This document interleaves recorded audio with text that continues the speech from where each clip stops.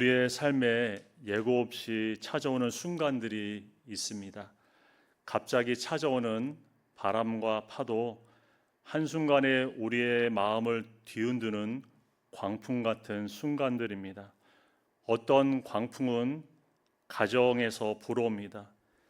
괜찮아질 줄 알았던 문제들이 갑자기 큰 파도가 되어서 우리의 마음을 덮치고 흔듭니다. 또 어떤 광풍은 직장과 경제에 불어옵니다. 안정적인 것 같던 자리에서 갑자기 흔들림이 찾아오고 계획했던 일들이 예기치 않게 무너져 내리기도 합니다. 어떤 광풍은 건강에서 찾아옵니다. 검진 정밀 결과가 더 필요하다는 의사의 그 말 한마디에 가슴이 덜컹 내려앉고 마음이 하루 종일 불안해지기도 합니다. 어떤 광풍은 교회 공동체 안에서도 일어납니다. 예기치 않은 오해와 갈등이 생기고 거친 말 한마디에 우리의 내면은 깊이 요동치기도 합니다. 오늘 본문에서 제자들도 바로 그 광풍의 순간을 만났습니다. 그들은 하루 종일 주님의 말씀을 들으며 영적으로 평안하고 충만했습니다. 그러나 갈릴리 바다 위에서 예고 없이 찾아온 광풍으로 제자들의 마음은 두려움으로 변했습니다. 예수님과 함께 있었지만 그들의 마음은 순식간에 흔들렸고 들었던 말씀이 현실 앞에서 믿음으로 연결되지 못했습니다. 제자들은 광풍 속에서 두려움으로 무너졌고 그 속에서 주님은 그들의 믿음의 부재를 드러내십니다. 오늘 우리는 이 장면을 통해 질문하게 됩니다. 삶의 광풍 속에서 우리는 어떻게 살아야 하는가? 통제할 수 없는 바람이 우리를 흔들 때 무엇을 붙들어야 하는가? 오늘 말씀을 통해 우리의 삶 속에 갑자기 몰아치는 광풍 속에서 믿음의 사람으로 나는 어떻게 살아야 하는지 함께 묵상하는 시간이 되기를 바랍니다. 첫째, 광풍 속에서 낙심하지 말아야 합니다. 25절은 이렇게 말합니다. 그날 저물 때 제자들에게 이르시되 우리가 저편으로 건너가자 하시니, 예수님은 제자들에게 저편으로 건너가자고 지금 말씀을 하십니다. 그 저편은 귀신 들린 무덤 사이에 살던 거라산이 있는 지역입니다. 예수님은 갈릴리 바다에서 말씀을 가르치신 후에 이제 제자들을 데리고 바다 건너편 새로운 삶의 자리로 가고 계셨습니다. 36절은 이렇게 말합니다. 그들이 무리를 떠나 예수를 배에 계신 그대로 모시고 갔다, 이렇게 말하고 있죠. 지금 제자들은 자기의 생각이나 판단이 아니라 예수님의 말씀에 순종하여 그분과 함께 바다를 건너고 있습니다. 그런데 바로 그때 큰 위기가 닥치죠. 37절입니다. 큰 광풍이 일어나며 물결이 배에 부딪혀 들어와 배에 가득하게 되었더라. 성경은 말합니다. 어두운 저녁 갑자기 몰아친 광풍입니다. 어부 출신의 제자들조차도 감당할 수 없었던 아주 거센 풍랑이었습니다. 배가 금방이라도 뒤집힐 것처럼 흔들리고 물이 차오르고 죽음의 공포가 그들의 눈앞에 펼쳐졌습니다. 여기서 우리가 주목할 것이 있습니다. 왜 이런 광풍이 제자들에게 찾아왔는가라는 것입니다. 그들이 불순종했기 때문입니까? 아니면 주님의 뜻에서 벗어났기 때문인가요? 둘 다 아니었죠. 오히려 그들은 주님의 말씀에 온전히 순종했습니다. 저편으로 건너가자는 말씀 그대로 그들은 지금 따랐습니다. 그리고 그 순종의 결과로 그들은 지금 큰 광풍의 위기에 한가운데 서 있습니다. 여기서 우리는 중요한 영적 교훈을 배울 수 있습니다. 순종의 길에도 광풍은 찾아옵니다. 말씀에 충실한 삶에도 바람은 불고 주님을 따라가는 그 길에도 파도는 몰아칩니다. 이러한 패턴은 성경에서 반복해서 나타납니다. 지금 광풍 속으로 던져진 제자들의 모습은 과거 다니엘의 세 친구가 겪었던 상황과 아주 동일합니다. 그들도 하나님의 말씀에 순종했습니다. 모두가 금 신상 앞에 절할 때 그들은 말씀을 의지하며 우상에게 절하지 않았습니다. 절하지 않으면 풀무불에 던져진다는 것을 그들은 알면서도 하나님만을 섬기겠다는 신앙을 그들은 포기하지 않았죠. 그런데 어떻게 되었습니까? 풀무불이 더 뜨거워졌습니다. 다니엘 3장 19절입니다. 느부갓네살이 분이 가득하여 사드락과 메삭과 아벳느고를 향하여 얼굴빛을 바꾸고 명령하여 이르되 그 풀무불을 뜨겁게 하기를 평소보다 7배나 뜨겁게 하라 하고 말씀합니다. 그들의 순종 때문에 불이 꺼진 것이 아니라 오히려 7배나 더 뜨거워졌습니다. 순종했는데 더 큰 불의 광풍이 그들의 앞에 놓여졌습니다. 순종한다고 해서 내 앞에 불이 약해지지 않을 수 있습니다. 말씀을 따르기 때문에 오히려 고난의 불은 더 거세질 수 있습니다. 그러나 우리가 잊지 말아야 합니다. 순종의 길에서 만나는 광풍은 여전히 하나님이 우리와 함께 하시는 자리라는 사실입니다. 다니엘의 세 친구는 풀무불에 던져졌지만 타지 않았습니다. 하나님은 그들과 함께 하셨고 또한 천사를 보내셔서 그들을 보호하시고 지켜주셨습니다. 순종의 길 위에도 광풍은 옵니다. 그러나 그 광풍은 우리를 결코 삼키지 못합니다. 오히려 주님을 더 깊이 경험하는 은혜의 자리가 됩니다. 그리고 오늘 우리의 삶에도 동일한 경험이 일어날 수 있죠. 기도하고 결정했는데 그 길이 더 안개처럼 보일 때가 있습니다. 주님의 뜻을 따라 걸어갔는데 그 길이 오히려 울퉁불퉁 할 때가 있습니다. 믿음으로 나아갔는데 관계는 더 힘들어질 때가 있습니다. 그럴 때 우리도 이렇게 말할 수 있습니다. 주님을 따라왔는데 왜 이런 광풍이 나에게 부는 것입니까? 그러나 오늘 본문은 우리에게 분명하게 말합니다. 주님을 따라가는 그 길에도 풍랑은 찾아옵니다. 순종했다고 풍랑이 비껴가는 것이 아닙니다. 사명에 충실했다고 우리 앞에 바다가 항상 잔잔한 것도 아닙니다. 순종의 길에도 위기가 있습니다. 믿음의 길에도 흔들림이 찾아옵니다. 사명의 길에도 광풍은 우리에게 일어납니다.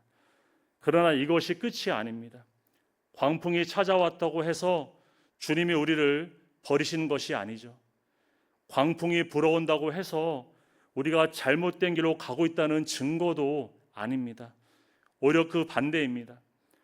풍랑 속에서 주님은 우리와 우리의 배와 함께 타고 계십니다. 보이지 않는 것 같아도, 잠잠히 계시는 것 같아도 광풍 속에서 주님은 결코 우리를 떠나지 않으십니다. 그러므로 우리는 주님을 따르는 삶에 있어서 찾아오는 그 광풍을 만날 때 낙심하지 마시기를 바랍니다.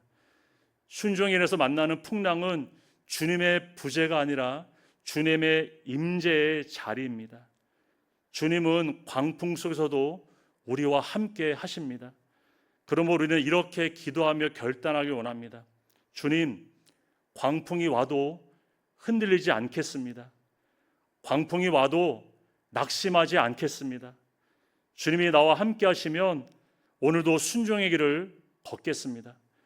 이 믿음의 결단 위에 어떤 광풍 속에서도 낙심하지 않으시는 저와 여러분의 믿음의 삶이 될 수 있기를 주님의 이름으로 축복합니다.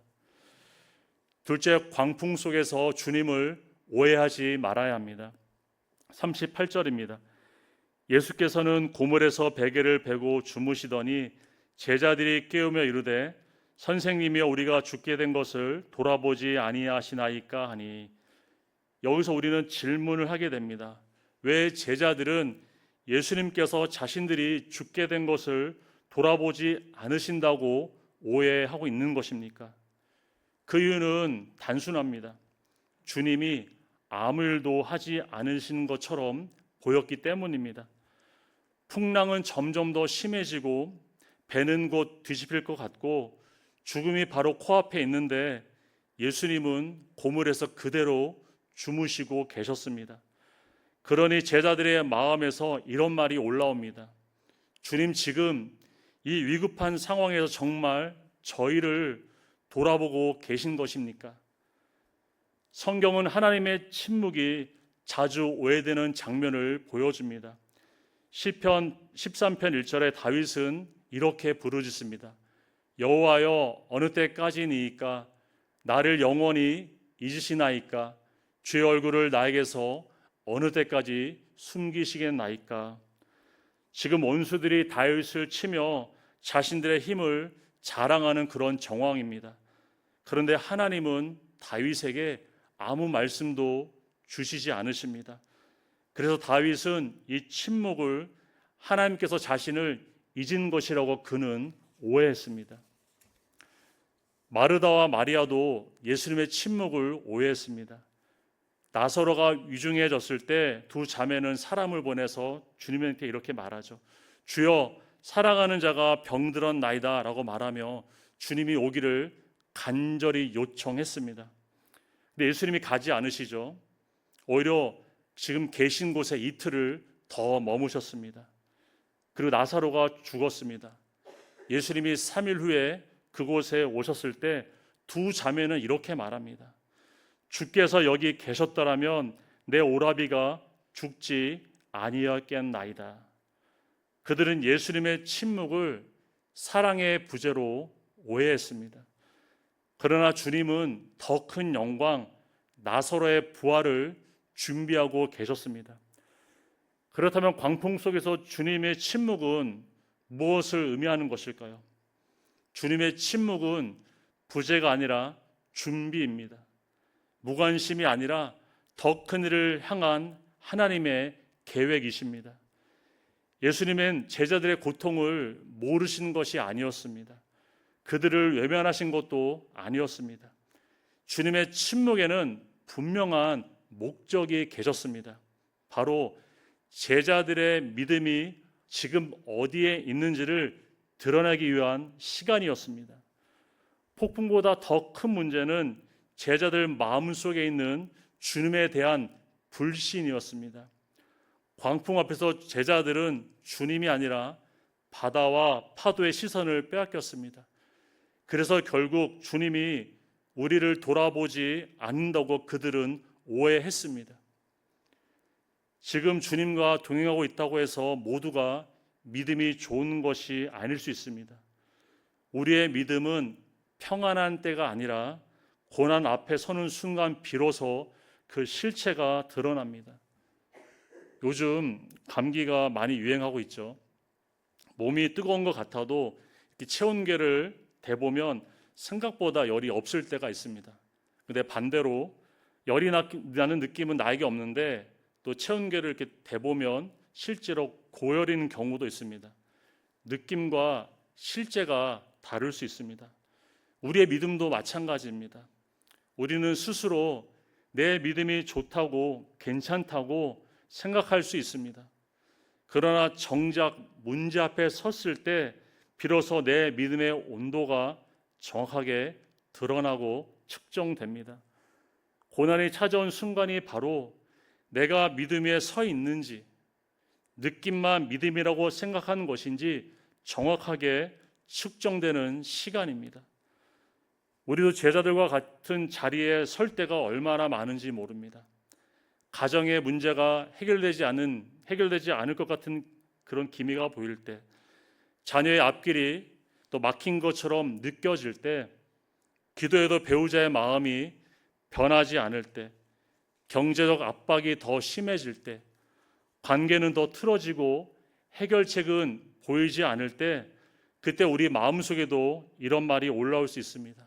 주님, 왜 아무 일도 하지 않으십니까? 주님, 제가 죽게 된 것을 돌아보지 않으십니까? 그러나 침묵한다고 해서 주님이 멀리 계신 것이 아닙니다. 잠잠해 계신다고 해서 주님이 우리를 잊으신 것도 아닙니다.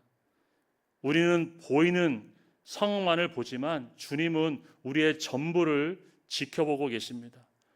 우리는 지금만 보지만 주님은 끝까지 보고 계십니다. 광풍은 갑자기 불어옵니다. 하지만 광풍 속에서 역사하시는 주님은 단 한 번도 우리를 떠나신 적이 없으십니다. 그럼 광풍 속에서 주님이 나를 돌아보지 않으신다고 우리는 결코 오해하지 않기를 원합니다. 주님의 침묵을 우리는 무관심으로도 해석하지 않기를 바랍니다. 주님의 침묵은 버리심이 아니라 우리의 믿음을 드러내고 성숙하게 하시는 하나님의 시간으로 믿으시길 바랍니다. 보이지 않아도, 들리지 않아도, 그리고 느껴지지 않아도 주님은 여전히 여러분의 배에 함께 타고 계십니다. 그러므로 흔들리는 광풍 속에서 흔들리지 않는 주님의 사랑을 굳게 붙드시는 우리의 삶이 되기를 원합니다. 그리고 끝까지 신뢰하기를 원합니다. 그럴 때 우리는 광풍 속에서 낙심하는 사람이 아니라 광풍 속에서 주님을 붙드는 승리의 사람으로 서게 될 줄 믿습니다. 이러한 은혜가 저와 여러분의 삶에 충만히 경험되어지기를 주님의 이름으로 축복합니다. 마지막으로 광풍 속에서 주님의 능력을 바라보며 경외함으로 나아가야 합니다. 39절입니다. 예수께서 깨어 바람을 꾸짖으시며 바다더러 이르시되 잠잠하라 고요하라 하시니 바람이 그치고 아주 잔잔하여지더라. 주님의 말씀 한마디에 방금 전까지 배를 삼킬 것 같았던 광풍은 아무 일도 없었던 것처럼 사라졌습니다. 그런데 여기서 중요한 사실을 보게 됩니다. 이 광풍의 기적은 제자들의 믿음 때문에 일어난 사건이 아니었다는 것입니다. 그들의 믿음과 무관하게 오직 주님의 주권적인 능력으로 이루어진 역사였습니다. 왜냐하면 바로 직전까지 제자들은 우리가 죽게 된 것을 돌아보지 않으십니까? 라며 주님을 불신하고 원망했기 때문입니다. 그래서 예수님은 광풍을 잠잠하게 하신 뒤에 이렇게 말씀하시죠. 40절입니다. 이에 제자들에게 이르시되 어찌하여 이렇게 무서워하느냐? 너희가 어찌 믿음이 없느냐 하시니, 주님은 광풍 속에서 두려움에 사로잡힌 제자들에게, 그리고 광풍이 멈춘 지금도 여전히 두려움에서 벗어나지 못하는 제자들에게 그들의 믿음 없음을 분명하게 드러내셨습니다. 그러면 왜 예수님은 믿음 없는 제자들을 위해 광풍을 잠잠하게 하셨습니까? 그 이유는 명확합니다. 주님은 우리의 믿음이 아니라 자신의 은혜로 일하시기 때문입니다. 제자들은 기도하지 않았습니다. 제자들은 의지하지도 않았습니다. 심지어 주님을 오해하고 그들은 원망했습니다. 그러나 주님은 그들의 부족함보다 자신의 은혜를 앞세우셨습니다. 주님의 도우심은 우리의 믿음의 크기가 아니라 주님의 은혜의 크기의 근거함을 오늘 본문을 통해 우리에게 깨닫게 하십니다. 우리는 종종 이렇게 착각할 때가 있습니다. 지금 내가 누리는 평안, 내 믿음이 좋아서 얻은 결과이다. 하나님이 도우신 것은 내가 흔들리지 않고 믿음을 잘 지켰기 때문이다. 그런가요? 항상 주님의 은혜가 먼저입니다. 믿음은 그 은혜를 보고 뒤따라 자라는 것입니다. 그래서 로마서 5장 6절은 우리에게 이렇게 말씀합니다. 우리가 아직 연약할 때의 기약대로 그리스도께서 경건하지 않은 자를 위하여 죽으셨도다. 성경은 우리에게 말씀하고 있죠. 우리가 강할 때가 아닙니다. 우리가 믿음이 완전할 때도 아닙니다. 우리가 연약할 때 예수님은 우리에게 먼저 찾아오셨고 먼저 도우시고 먼저 은혜를 베푸시는 은혜의 주님이십니다. 돌아보면 우리의 삶도 그렇지 않습니까? 내가 흔들릴 때 주님은 나를 붙잡아 주셨습니다. 내가 낙심할 때 주님은 기다려 주셨습니다. 내가 오해하고 원망할 때조차도 주님은 여전히 긍휼로 나를 감싸 주셨습니다. 그러므로 광풍은 내 믿음이 드러나는 자리이기도 하지만 동시에 내 믿음보다 훨씬 크신 주님의 은혜를 경험하는 은혜의 자리이기도 합니다. 바울도 광풍의 자리에서 똑같이 고백을 했습니다. 고린도서 4장 8절 9절을 다 함께 한번 우리 고백하겠습니다. 우리가 사방으로 우겨쌈을 당하여도 쌓이지 아니하고 답답한 일을 당하여도 낙심하지 아니하며 박해를 받아도 버림받지 아니하며 거꾸로 트림을 당하여도 망하지 아니하고. 아멘. 성경은 우리에게 이렇게 말합니다. 사방으로 몰려와도 쌓이지 않습니다. 답답해도 낙심하지 않습니다. 박해가 와도 버림받지 않습니다. 넘어져도 망하지 않습니다. 왜입니까? 주님이 우리를 굳게 붙들고 계시기 때문입니다. 광풍 속에서 주님은 우리를 결코 놓지 않으십니다. 그런데 본문은 여기에 멈추지 않습니다. 광풍이 잠잠해진 후에 제자들은 더 큰 두려움에 사로잡힙니다. 41절입니다. 그들이 심히 두려워하여 서로 말하되 그가 누구이기에 바람과 바다도 순종하는가 하였더라. 광풍이 잠잠해졌는데 왜 제자들은 지금 더 큰 두려움에 빠졌습니까? 그들의 두려움의 대상이 바뀌었기 때문입니다. 이전에는 바람과 물결을 두려워했습니다. 죽음이 무서웠습니다. 그러나 이제는 바람과 바다를 다스리시는 주님의 권능 앞에서 경외함으로 그들은 지금 두려워가 있는 것입니다. 주님의 능력을 직접 체험한 제자들은 이제 더 이상 광풍 때문에 두려워하지 않습니다. 왜냐하면 광풍보다 더 크신 주님을 그들은 보았기 때문입니다. 광풍은 우리의 삶을 흔듭니다. 그러나 그 광풍 속에서 주님의 은혜는 우리의 믿음보다 크다는 것을 우리는 깨닫게 됩니다. 그리고 광풍이 지나간 자리에서 우리는 주님의 능력을 바라보며 경외함으로 주님 앞에 다시 서게 됩니다.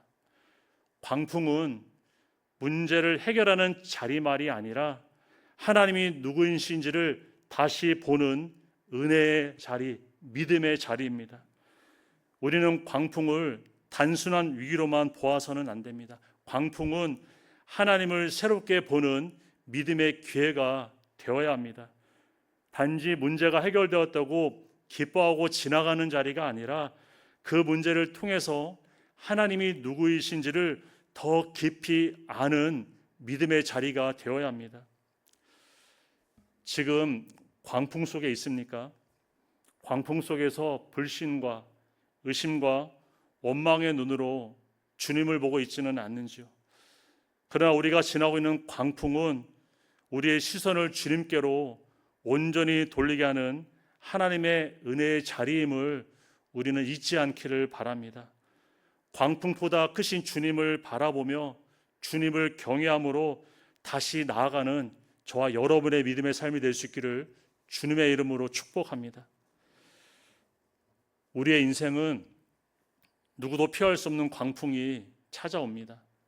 가정의 풍랑, 건강의 파도, 경제의 바람, 관계의 물결, 미래의 불안이라는 거센 광풍이 한순간에 우리의 마음을 흔들어 놓을 때가 있습니다. 그러나 오늘 말씀은 우리에게 분명하게 말씀합니다.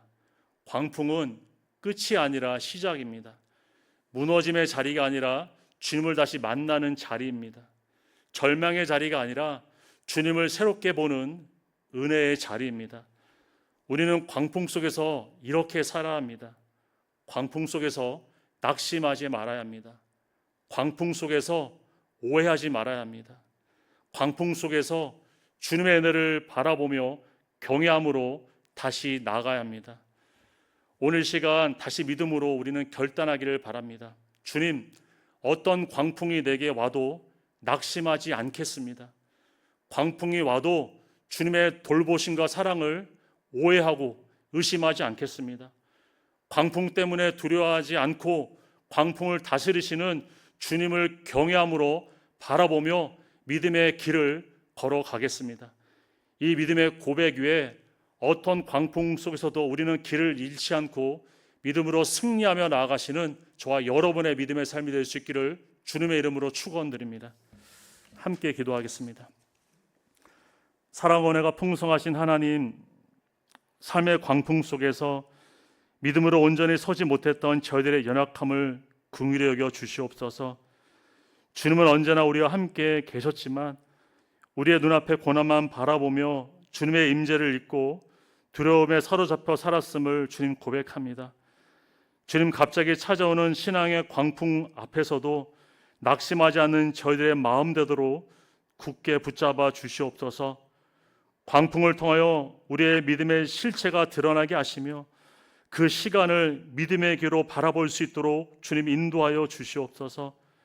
가정의 풍랑, 건강의 풍랑, 재정의 풍랑, 관계의 풍랑 속에서 주님의 사랑을 의심하고 나를 돌아보지 않는다고 오해했던 저의 믿음 없음을 주님 용서하여 주시옵소서.